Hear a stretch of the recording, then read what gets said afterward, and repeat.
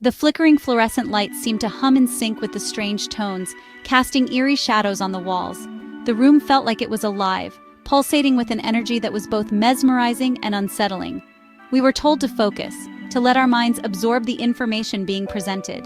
The atmosphere was thick with anticipation, as if something monumental was about to happen. Images flashed on the screen, triangles, circles, swirling colors. They moved so quickly that it was hard to keep up, but we were encouraged to try, to see patterns and connections that weren't immediately obvious. It felt important, but I was 8 years old. I didn't understand why. The significance of those shapes and colors was lost on me, yet I couldn't shake the feeling that they held some deeper meaning. Now, years later, the memory sends chills down my spine. The clarity with which I recall those sessions is unnerving, as if they were imprinted on my mind in a way that defies the passage of time. Thanks to TikTok, I found others like me, former Gate kids, who remember those sessions. We connected over shared experiences, piecing together fragments of our past to form a more complete picture. We all share the same question: what were we being trained for? The purpose of those exercises remains a mystery, a puzzle that we are still trying to solve.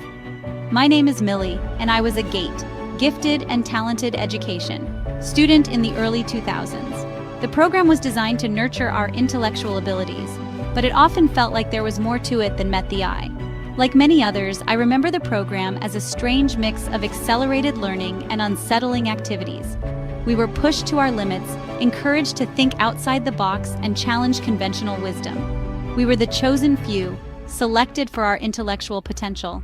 The sense of being special was intoxicating, but it also came with a heavy burden of expectation.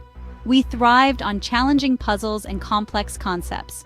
The thrill of solving a difficult problem was unmatched, and we were constantly seeking new challenges to conquer.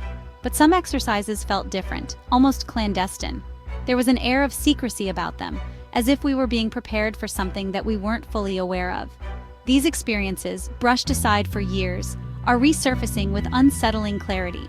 The more I think about it, the more questions I have. What was the true purpose of those sessions? And why do they still haunt me to this day? Gate programs emerged in the U.S. education system with noble intentions. They aim to provide intellectually gifted children with enriched learning environments. These programs offered advanced coursework, accelerated learning, and unique opportunities for exploration. We were encouraged to think outside the box, to question, to explore. The focus was on nurturing critical thinking and problem-solving skills. We were, after all, the future minds of America. At least, that's what we were told. A shadow lurks beneath the surface of these seemingly innocent programs. Whispers of a hidden agenda circulating among former students are gaining traction. Could our government have used GATE programs for more than just educational enrichment? Some believe that we were part of a secret experiment, a project linked to the Pentagon's alleged interest in UFOs. It sounds like something out of a science fiction novel, a conspiracy theory too far-fetched to be true. But what if it wasn't? Looking back, certain aspects of the GATE curriculum appear strangely out of place. It's almost as if the curriculum was designed with a hidden agenda, one that we were too young to comprehend at the time. Why were we taught Morse code, a communication method considered outdated even then? It wasn't just a brief introduction. We spent weeks mastering it, learning to send and receive messages with precision. Why was there such a heavy emphasis on foreign languages, with some of us achieving fluency at a young age? We weren't just learning the basics. We were diving deep into the nuances of multiple languages, understanding cultural contexts and idiomatic expressions. And what about those strange audio sessions where we listened to modulated frequencies and described the images they evoked? These sessions were not just about listening. They were about interpreting, visualizing, and connecting sounds to abstract concepts. These activities, seemingly disparate, had one thing in common. They all related to communication, perception, and the potential of the human mind. We were being trained to think in ways that went beyond conventional education, to perceive the world through a different lens. Were these merely exercises in cognitive development, or were they designed to tap into something more profound, something with the potential to unlock the secrets of UFO phenomena? The curriculum seemed to be preparing us for something extraordinary, something that required a unique set of skills and a heightened level of awareness. It makes one wonder, What was the true purpose behind these lessons? And what were we being prepared for? Section 5. Echoes in the Sky, When Sightings Aligned. The year was 2004, a year that would become etched in the annals of UFO history. The Nimitz UFO incident, where U.S. Navy pilots encountered an unidentified aerial phenomenon off the coast of California, sent shockwaves through the intelligence community and beyond. This event was not just another sighting, it was a pivotal moment that challenged our understanding of aerial technology and the boundaries of human knowledge. The pilots described an object defying the laws of physics, moving with impossible speed and agility. It darted across the sky with a grace and precision that seemed otherworldly, leaving seasoned aviators in a state of disbelief and awe. Interestingly, many of us in the GATE program recall a particular focus on aerospace engineering and physics around that same time. It was as if the curriculum had been tailored to prepare us for understanding these extraordinary events.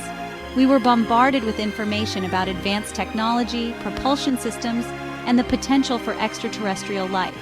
Our classrooms became a hub of speculative discussions and theoretical explorations, pushing the boundaries of conventional education. Was this just a coincidence? A case of current events finding their way into the classroom? Or was there a more deliberate connection, a way of preparing us for something we couldn't yet comprehend? The synchronicity of these lessons with the Nimitz incident was uncanny. Or was there a more deliberate connection, a way of preparing us for something we couldn't yet comprehend? The questions lingered in our minds, fueling our curiosity and driving us to seek answers. Were we being subtly guided towards a greater understanding of the universe and our place within it? The alignment of these sightings and our education seemed too precise to be mere chance. It was as if the universe itself was nudging us towards a revelation, one that we were on the brink of discovering. Section 6. The Worksheet, A Glimpse into the Unknown. Recently, a former GATE student named Milli shared a photo on TikTok. It was a worksheet from our childhood, a seemingly innocuous document titled Classifying Unidentified Objects.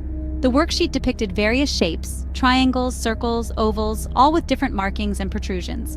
The task seemed simple enough: categorize the objects based on their characteristics. But the questions underneath sent shivers down my spine. Could this object fly? Could it be of extraterrestrial origin? The worksheet, a relic from a time we thought long forgotten, takes on a chilling new significance in light of recent revelations about government interest in UFOs. Section 7. Seeking Truth, Expert Opinions and Official Statements. The Pentagon, when questioned about any potential links between GATE programs and UFO research, has remained predictably tight-lipped. They deny any such connection, citing national security concerns and dismissing the claims as unfounded speculation.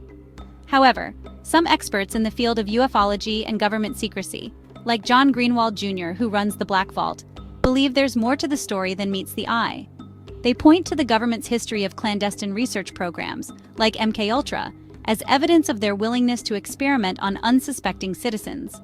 While concrete evidence remains elusive, the possibility of a connection, however unsettling, cannot be entirely dismissed. Section 8. Coincidence or conspiracy, connecting the dots. The dots are there, scattered like stars in the night sky, each point of light representing a seemingly insignificant detail. The specialized training, the focus on perception and communication, the timing of certain lessons with real-world events, taken individually, they could be dismissed as coincidence, but when viewed together, a pattern emerges, a constellation of events too peculiar to ignore. Was the GATE program a breeding ground for future UFO investigators, individuals primed to tackle the unknown with open minds and exceptional intellect? Or is this simply a case of pareidolia, our brains connecting dots that don't exist? Section 9. The unanswered question, what was the true goal? The truth, as they say, is out there, but uncovering it will require digging deeper, asking difficult questions, and demanding transparency from those in power. Were we, the children of the GATE program, unknowing participants in a grand experiment, our young minds molded to decipher the mysteries of the universe? Or was it all